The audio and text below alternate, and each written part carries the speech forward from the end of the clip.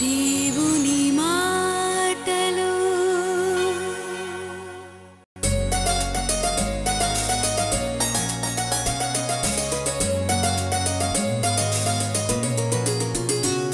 నిరాశలను తొలగించి జీవపు మాటలు నిరీక్షణను కలిగించి దేవుని మాటలు నిన్ను బ్రతికించి నిన్ను రక్షించి నిత్య జీవమునొసగే జీవపు మాటలు జీవపు మాటలు. మరి క్రొత్త శీర్షిక దేవుడు మనకు అనుగ్రహించినాడు. ఇంతవరకు మనము హన్నా ప్రార్థన ధ్యానించినాము, యబ్బేజు ప్రార్థన ధ్యానించినాము, ఇంకో ప్రార్థన ధ్యానించినాం, మనష్షే ప్రార్థన ధ్యానించినాము. హన్నా ఆమె సంతానము లేని స్త్రీ, మరి గుడ్రాలు దేవుని ఆలయంకి వచ్చి ప్రార్థించినప్పుడు దేవుడు ఆమె గర్భాన్ని తెరిచి ఒక కుమారుని అడిగింది, కానీ దేవుడు మరి 5 కూడా ఇచ్చినాడు. ఒకటి అడిగినప్పుడు 6 ఇచ్చినాడు. అంటే ప్రార్థనలు దేవుడు వింటాడు. దేవునికి స్తోత్రం.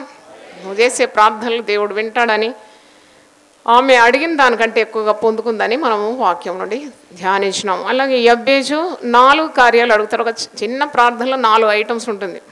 నిశ్చయంగా నీవు నన్ను ఆశీర్వదించు దేవా, నీ చెయ్యి నాకు తోడుగా ఉంచు, కీడు రాకుండా నన్ను కాపాడు, నా సరిహద్దులను విశాలపరచు. Very good. అలాగే మనష్షే ఒక రాజు, హిజ్కియా రాజు కుమారుడు మనష్షే. మరి ఈ మనష్షే భయంకరమైన ఇంత రాజులందరిలో కూడా ఇంత దుర్మార్గుడు అక్రమస్తుడు లేడు. కానీ ఇంత దుర్మార్గపు రాజు, దుష్టుడైన రాజు పశ్చాత్తాపమైన హృదయంతో దేవునితో తిరిగినప్పుడు దేవుడు అతని ప్రార్థన వినేను అని ఉన్నది. దేవునికి స్తోత్రం. పాపి ప్రార్థించిన మరి ఫలం పొందుకుంటున్నాడు, జవాబు పొందుకుంటున్నాడు. రోగి ప్రార్థన చేసినా దేవుడు వింటున్నాడు. సంతులేనిది దేవుని తట్టు తిరిగి అడిగినప్పుడు సంతానము లభిస్తుంది. కీడు రాకుండా కాపాడమంటే కాపుదల ఉంది. అంటే ఏ ప్రార్థన అయినా దేవుని సన్నిధిలో చేసిన ప్రార్థనలన్నీ కూడా దేవుడు అంగీకరిస్తున్నాడు. దేవునికి స్తోత్రం. మరి ప్రార్థన శీర్షికలు చక్కగా నోట్స్ రాసుకోండి, రెఫరెన్స్లు రాసుకోండి, మన ఇంటికి వెళ్ళి ధ్యానించండి.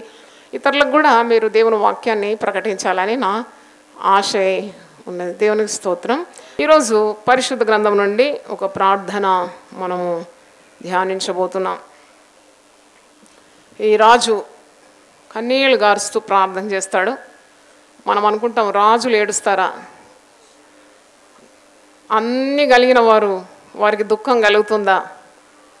వారికి ప్రార్థన అవసరమా? వారికి దేవుడు అవసరమా అని మనం అనుకుంటాం. దేవుడు అంటే కేవలం పేదవారికి వారి బాధలు చెప్పుకోవడానికి దేవుడు కావాలి, లేక వారి ఇబ్బందుల్లో కన్నీళ్లు గార్చి ఏడుస్తారు, వారు ప్రార్థనలు చేస్తారని. నేను ఈ రాజు గురించి ధ్యానించినప్పుడు దేవుడు కావాలి, అందరికీ దేవుడు కావాలి. అందరు కూడా ప్రార్థన మీద విశ్వాసం కలిగి ఉండాలి. అది గొప్పవారేమి, బీదవారేమి, ధనికులేమి, సామంతులేమి, సామాన్యులేమి, ఎవరైనా కానీ దేవుని నామములో సహాయాన్ని కోరుతున్నారు. ఈ రాజు, ఇతని పేరు హిజ్కియా రాజు. హిజ్కియా రాజు కన్నీళ్లు గార్చిన సందర్భం ఈరోజు మనం ధ్యానిస్తున్నాం. Prayed with tears. రాజు ఎందుకు ఏడ్చినాడు హిజ్కియా రాజు అని అనుకుంటే, రాజుకు కావలసినవన్నీ ఉన్నాయి. రాజు అన్నప్పుడు అన్నిటి మీద అధికారం గలవాడు, రాజ్యమే కైవశంలో ఉండేవాడు, ఎంతోమంది జనాలను మరి తన వశంలో కలిగిన వాడు. ఎందుకు ఏడుస్తున్నాడు? పరిస్థితి అలాగే ఏర్పడింది. ఏడవక తప్పదు, ఏడ్చినాడు. నువ్వు నేను కూడా ఏడ్చిన పరిస్థితులు ఉన్నాయి కదా. నేను ఎప్పుడు ఏడవలేదని ఎవరంటారు? ఎవరన్నా ఉన్నారా? ఎప్పుడు ఏడవనాలు? పుట్టుకనే ఏడుపుతోటి కదా. తల్లి గర్భం నుండి వచ్చేది దేనితో వస్తున్నారు? ఏడుస్తున్నారు. ఈ రాజు కూడా కన్నీళ్లతో కన్నీరు విడిచినాడు. యేసు ప్రభు శరీరధారిగా ఈ లోకంలో ఉన్నప్పుడు లాజరు చనిపోయినాడు, చనిపోయి పాతి పెట్టబడినాడు. మరియ మార్తలు అంటే యేసు ప్రభు చాలా ప్రేమ, వారిని దర్శించడానికి వస్తున్నాడు. మార్త మరియలు ఇద్దరు ఏడుస్తున్నారు. యేసు ప్రభు పాదాల మీద పడి ఏడ్చినప్పుడు యేసు ప్రభు కూడా ఆత్మలో మూలిగి ఒక్కసారి కన్నీళ్లు విడిచినాట.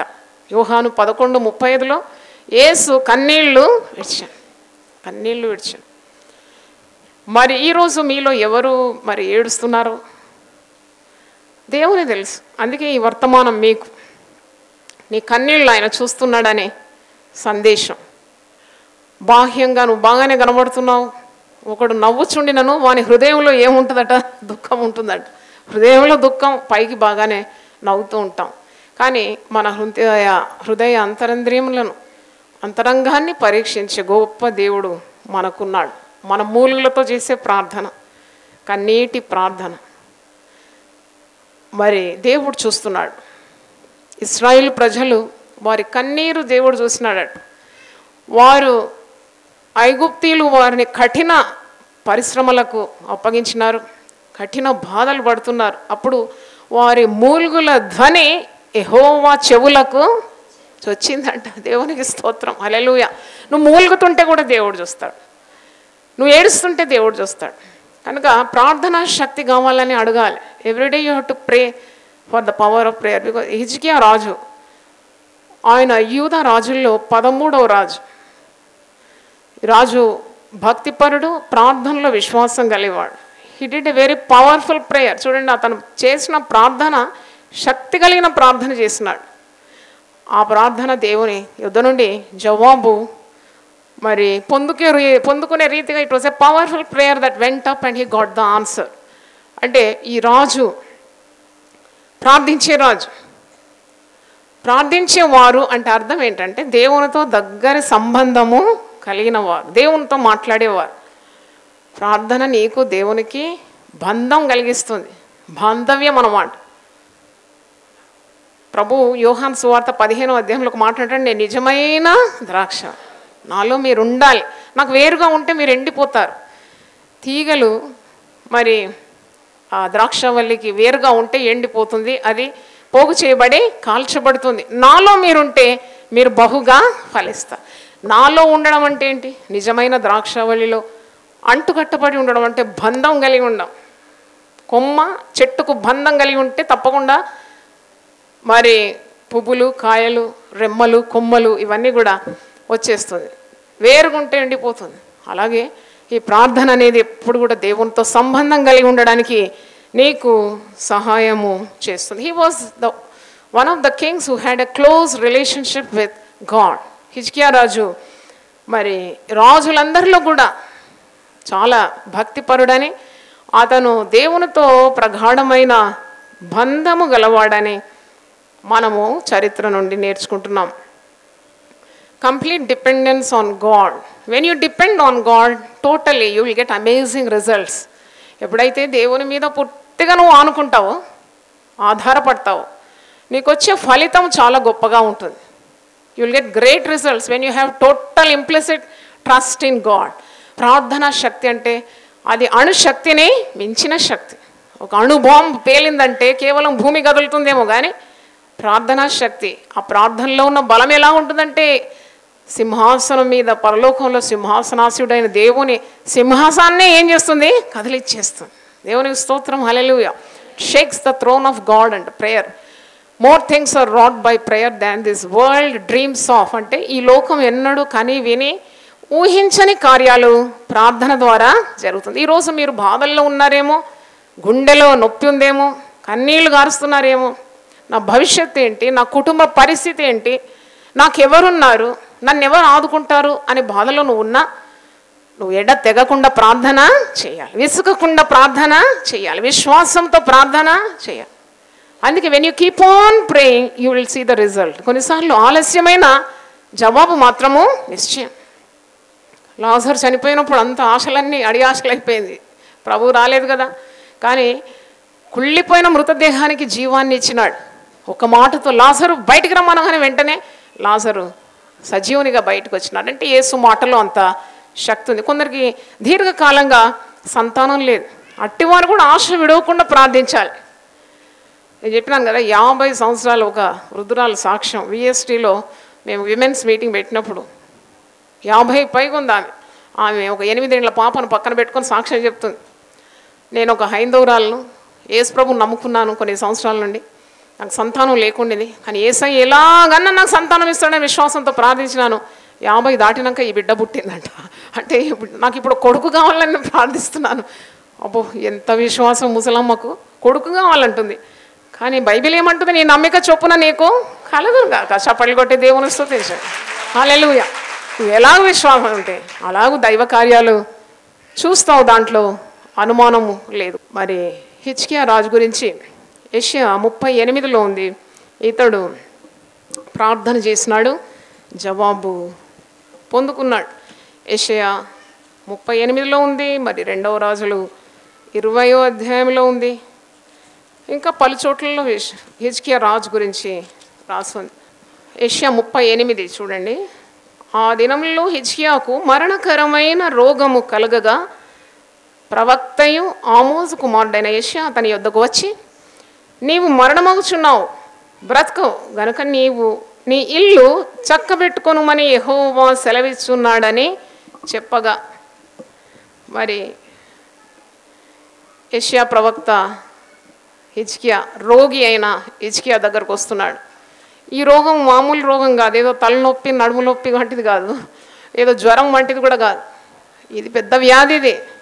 ఇది మరణకరమైన రోగం కదా. కొన్ని మరణకరమైన రోగాలు వస్తాయి.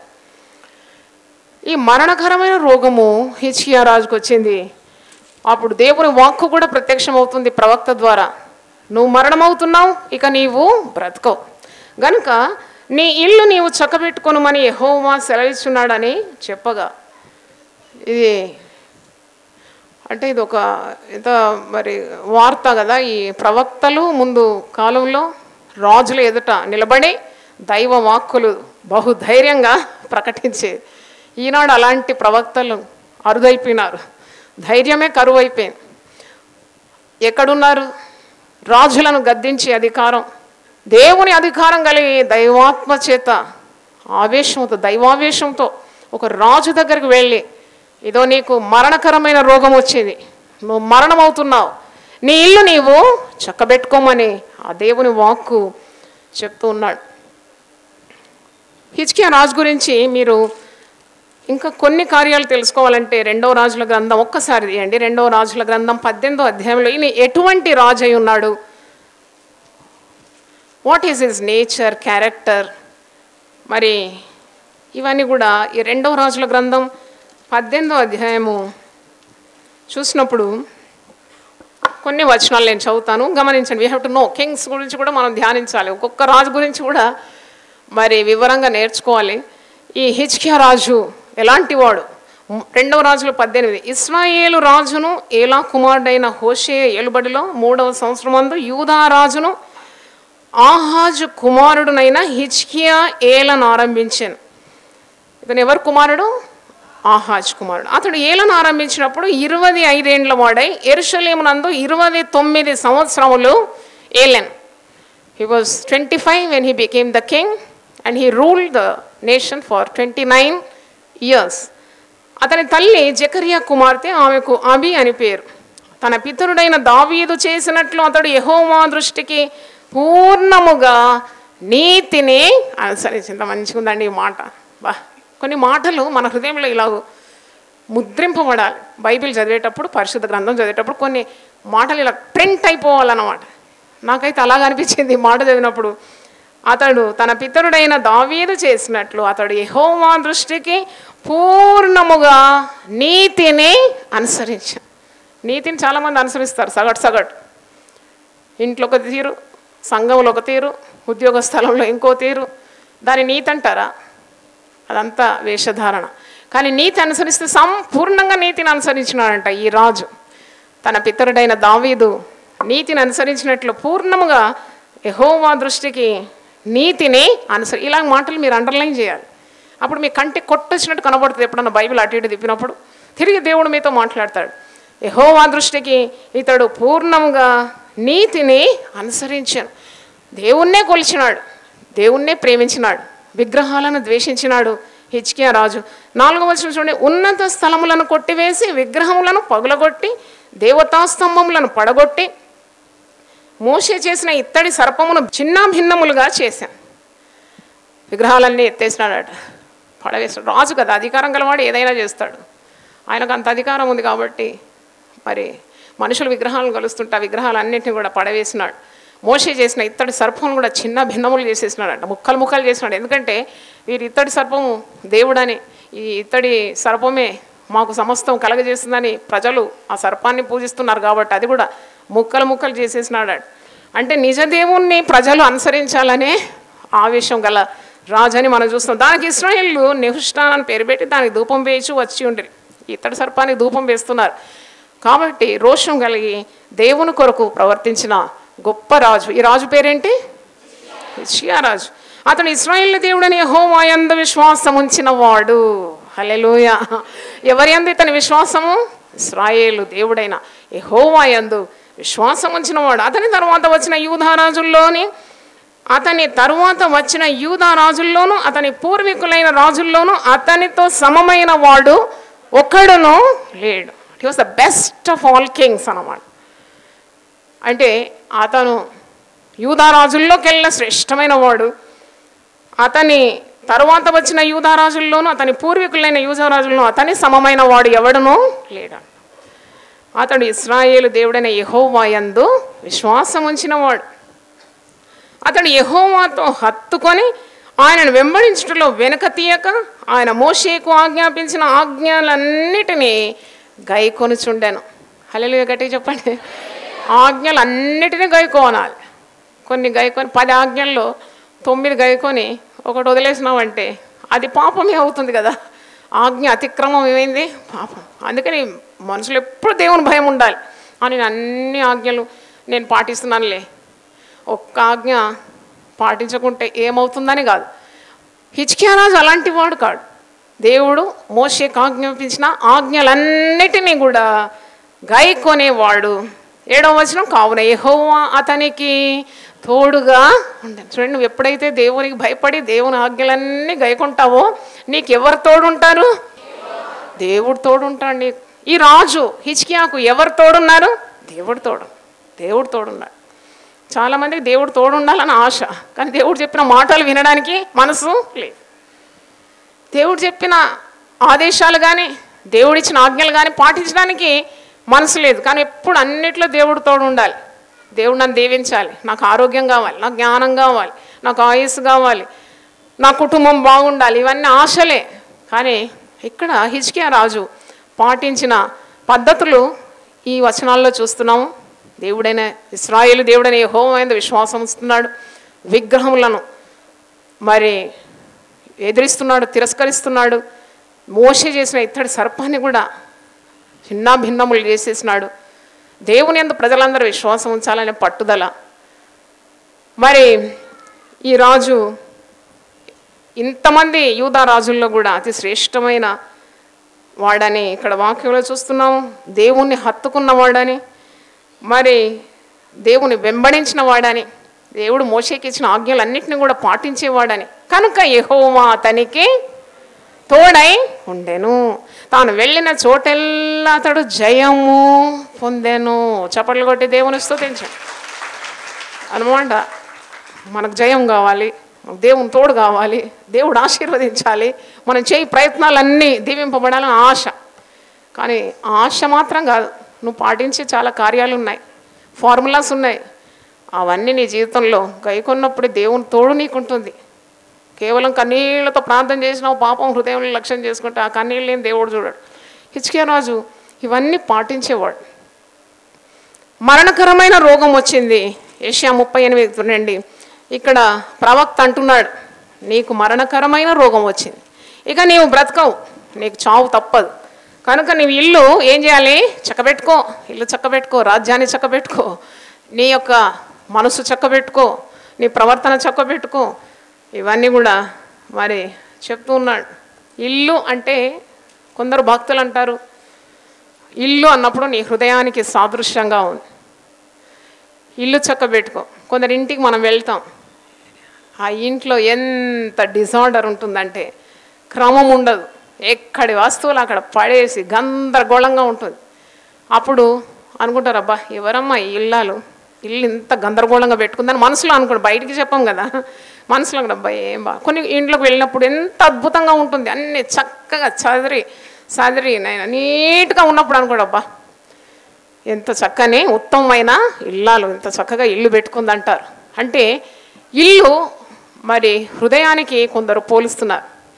ఈ హృదయంలో కలవరము, పాపము, అతిక్రమము ఇలా గందరగోళంగా ఉంటే ఇల్లు ఏ విధంగా ఉందో అలాగూ నీ హృదయము మరి చక్కగా లేకుంటే దేవుని దయ నీ మీద ఉండదు. అందుకే అంటున్నాడు ఈ ప్రవక్త, అంటున్నాడు నువ్వు మరణమైపోతున్నావు, నువ్వు దేవుని దగ్గర వెళ్ళే సమయం వచ్చేసింది కనుక నీ ఇల్లు ఏం చేయి, నువ్వు చక్కబెట్టుకో, నీ హృదయం పదిలపరుచుకో అని అర్థం కూడా మనం తీసుకోవచ్చు. అప్పుడు హిజ్కియా రాజు ఏం చేస్తున్నాడు? ఒక మంచి వార్త కాదు కదా ఇది, ఒక దుర్వార్తనే కదా. మీ దగ్గరికి ఎవరైనా వచ్చి అయిపోయింది మీ పని, మీకు ఇది ఈ జబ్బు మీరు పోవడానికే వచ్చింది, మీరు మరణం అయిపోతున్నారంటే సంతోషంగా ఆ వార్త స్వీకరిస్తారా? చాలా కలవరపడతారు. అయ్యో ఏంటి నేను సంపాదించిందంతా ఎవరి వశం అవుతుంది, నా పిల్లలు ఎవరు చూసుకుంటారు, ఏంటి అనే క్వశ్చన్ మార్కులు వచ్చేస్తాయి కదా. ఈ రాజు ఏం చేసినాడు ఇలాంటి పరిస్థితుల్లో అన్నప్పుడు, అతడు తన ముఖమును గోడ తట్టు త్రిప్పుకొని, కొన్ని సమస్యల్లో దావీదు భక్తుడు ఆకాశము తట్టు తన ముఖమును ఎత్తినాడని, ఆకాశమందు ఆసీనుడైన వాడా నీ తట్టు నా కన్నులు ఎత్తుతున్నా. ప్రార్థన నానా రకాలుగా ఉంటుంది. మరి చాలా దుఃఖంలో మునిగిపోయిన హిజ్కియా రాజు అసలే రోగంతో బాధపడుతున్నాడు, అది కూడా మరణకరమైన రోగం. మరి ప్రవక్త అంటున్నాడు నువ్వు చచ్చిపోతున్నావు, నువ్వు బతకవు, నీ ఇల్లు చక్కబెట్టుకో అనే గద్దింపు వచ్చేసింది. అప్పుడు గోడ తట్టు ముఖము త్రిప్పుకొని ఇలాగూ ప్రార్థన చేస్తున్నాడు. ఈరోజు ఎవరి ప్రార్థన మనం ధ్యానిస్తున్నాం? హిజ్కియా రాజు ఇలా ప్రార్థన చేస్తాడు, యెహోవా యథార్థ హృదయుడనై సత్యముతో నీ సన్నిధిని నేను ఎట్లు నడుచుకుంటునో, నీ దృష్టికి అనుకూలంగా సమస్తము నేను ఎట్లు జరిగించునో కృపతో జ్ఞాపకము చేసుకొనుమని హిజ్కియా కన్నీళ్లు విడుచు యెహోవాను ప్రార్థింపగా. ఈ ప్రార్థన అంటే దయతో జ్ఞాపకం చేసుకోయా, నీ తట్టు చూడడానికి కూడా నాకు శక్తి చాలదు. సుంకరి కూడా అలాగే ప్రార్థించినాడు కదా, ఆకాశం తట్టు తేరి చూడడానికి కూడా నేను యోగ్యుడను కాను, ఆకాశం నీ సింహాసనం, నీ తట్టు చూడడానికి నాకేమి పవిత్రత ఉందని, నీ తట్టు చూడడానికి కూడా నాకు ధైర్యం చాలదు అని రొమ్ము కొట్టుకుంటూ, నేను పాపిని, నన్ను కరుణించు. ఇంత మంచి ప్రార్థన, దేవుడు ఆ ప్రార్థన అంగీకరించినాడు. పరిసయ్యుని ప్రార్థన తిరస్కరించినాడంట. పరిసయ్యుడు గర్వంగా డంబపు మాటలు పలుకుతూ, నేను వారానికి 2 రోజులు ఉపవాసం ఉంటాను, నాకు కలిగిందంతా నేనేం చేస్తానో బీదలకు ఇస్తున్నాను, నేను ఇతరుల వల్లే కాదు, కనీసం ఈ సుంకరి వల్లే కూడా కాదు, నేను చాలా పవిత్రుడు అంటే వాని ప్రార్థన తిరస్కరింపబడింది. కానీ తగ్గించుకొని ప్రార్థించినప్పుడు దేవుడు ఆ ప్రార్థన ఆలకిస్తున్నాడు. అలాగే హిజ్కియా రాజు ప్రార్థిస్తున్నాడు, దేవా ఒక్కసారి జ్ఞాపకం చేసుకో, నేను సత్యమును అనుసరించి నేను ఏ విధంగా నడుచుకున్నానో కృపతో నీవు జ్ఞాపకం చేసుకో, నీ దృష్టికి అనుకూలంగా సమస్తము నేను ఎట్లు జరిగించినాను, నీకు ఇష్టమైనవే నేను చేసినాను, నా జీవితంలో నీ చిత్తమే జరిగించినాను కదా, నేను యథార్థంగా సేవ చేసినాను కదా, నేను మరి నీ సన్నిధిలో యథార్థ హృదయంతో నడుచుకున్నాను కదా, సత్యంతో నడుచుకున్నాను కదా, కృపతో నన్ను జ్ఞాపకము చేసుకో. మంచి ప్రార్థన. ఆ డబ్బును దాని సమస్తాన్ని మనల్ని సృజించిన దేవుని యందు మనకు విశ్వాసం. దేవునికి స్తోత్రం. ధనమును నమ్ముకొని వాడు పాడైపోతాడట. సామెతలు 11:28 ఉంది, ధనమును నమ్ముకొని వాడు పాడైపోను, నీతిమంతులు చిగురాకు వలె వృద్ధి పొందుతారు. దేవునికి స్తోత్రం. నువ్వు దేనిలో ఉంది నీ నమ్మకం? ధనంలోనా, దేవునిలోనా కదా? సమస్తము ధారాళముగా అనుగ్రహించి దేవుని అందే మన ప్రగాఢమైన విశ్వాసం ఉండాలి. దేవునికి స్తోత్రం. ఇంట్లో కొందరు స్త్రీలు మాకు ముక్కు పుల్ల చేయలేదు, చెవులకమ్మ చేయలేదు అని కొట్లాడుతూ ఉంటారు. సమాధానం అనేది మీకు అలా దొరకదు. నీకు ముక్కు చెవులు నిన్ను సృజించి అన్ని అవయాలు చక్కగా అమర్చిన దేవునిలో విశ్వాసం ఉండాలి. దేవునికి స్తోత్రం. హల్లెలూయా. అంటే సమస్తం ఆయన నీకు అనుగ్రహిస్తాడు. ఈ ప్రార్థన హిజ్కియా రాజు చేస్తున్నాడు, దయచేసి నన్ను జ్ఞాపకం చేసుకోయ్యా, నేను నీతిని అనుసరించినాను, నేను సత్యాన్ని అనుసరించినాను, నీ పనులన్నీ సక్రమంగా చేసినాను, నీ దృష్టికి ఇష్టమైన వాటినే చేసినాను కదా. మరి ఇంత పెద్ద రోగం నాకు వచ్చింది, దయతో నన్ను జ్ఞాపకం చేసుకో. నేను చనిపోతానని ప్రవక్త చెప్తున్నాడు, నా మీద నీ కనికరం దయచేయమని ప్రార్థిస్తున్నాడు. యెహోవా వాక్కు యెషయాకు ప్రత్యక్షమై ఇలాగూ సెలవిచ్చాను. ప్రార్థన సంగతులను మార్చివేస్తుంది. ఈ ప్రార్థించినాడో లేదో, ఎలా ప్రార్థించినాడంటే ఇతను కన్నీళ్లు విడిచొచ్చు యెహోవాను ప్రార్థించినాడు. దేవునికి స్తోత్రం. కన్నీళ్ళు వచ్చేసినాడు, ఏడుస్తున్నాడు అన్నమాట. ఏడ్చుకుంటూ ప్రార్థన చేసినాడు. ఆ ప్రార్థన దేవుడు విన్నాడు. వెంటనే దేవుడు మనసు మార్చుకున్నాడు. తన బిడ్డలు ఏడుస్తున్నప్పుడు మనసు మార్చుకునే గొప్ప దేవుడు. చూడండి, పిల్లలు ఏడుస్తారు కదా, మనమంతా తల్లిదండ్రులు చాలామంది ఉన్నాం. పిల్లలు ఏడ్చినారంటే మన మన రూల్స్ అన్నీ మారిపోతాయి. నేను ఇవ్వను అంటావు, కానీ వాడు ఏడ్చి నీ చుట్టూ తిరిగితే నీ హృదయం మారిపోతుంది. సరే పట్ట అంటావు. దేవుని సన్నిధిలో కూడా కన్నీటి ప్రార్థనకు చాలా ప్రాముఖ్యత ఉంది. కన్నీళ్లతో దేవుని సన్నిధిలో ప్రార్థించినప్పుడు దేవుడు మారిపోయినాడు. మరి దేవుని మనసు మారిపోయింది. జీవపు మాటలు సజీవపు మాటలు. ఇంతవరకు మీరు సిస్టర్ జాయ్ చరణ్ గారి సందేశం విని ఆశీర్వదింపబడ్డారని నేను నమ్ముచుంటున్నాను. మీ స్పందన మాకు తెలియజేయండి.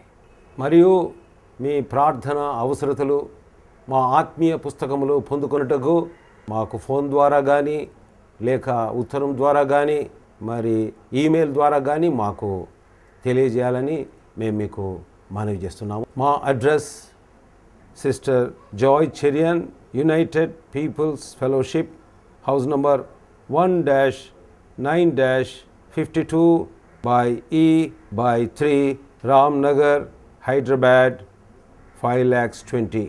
Phone number 04027624030. మరి ఒకసారి 04027624030. మా ఈమెయిల్ joycherian@hotmail.com మరియు వెబ్సైట్ www.joycherian.com. మా ప్రార్థనా కూటములు ప్రతి శుక్రవారం రామ్నగర్ ఆలయంలో ఉపవాస ప్రార్థనలు సాయంత్రం 4 నుండి 8:30 గంటల వరకు ఉంటుందని తెలియజేస్తున్నాను మరియు ఆ కూటములకు ఆహ్వానిస్తున్నాను.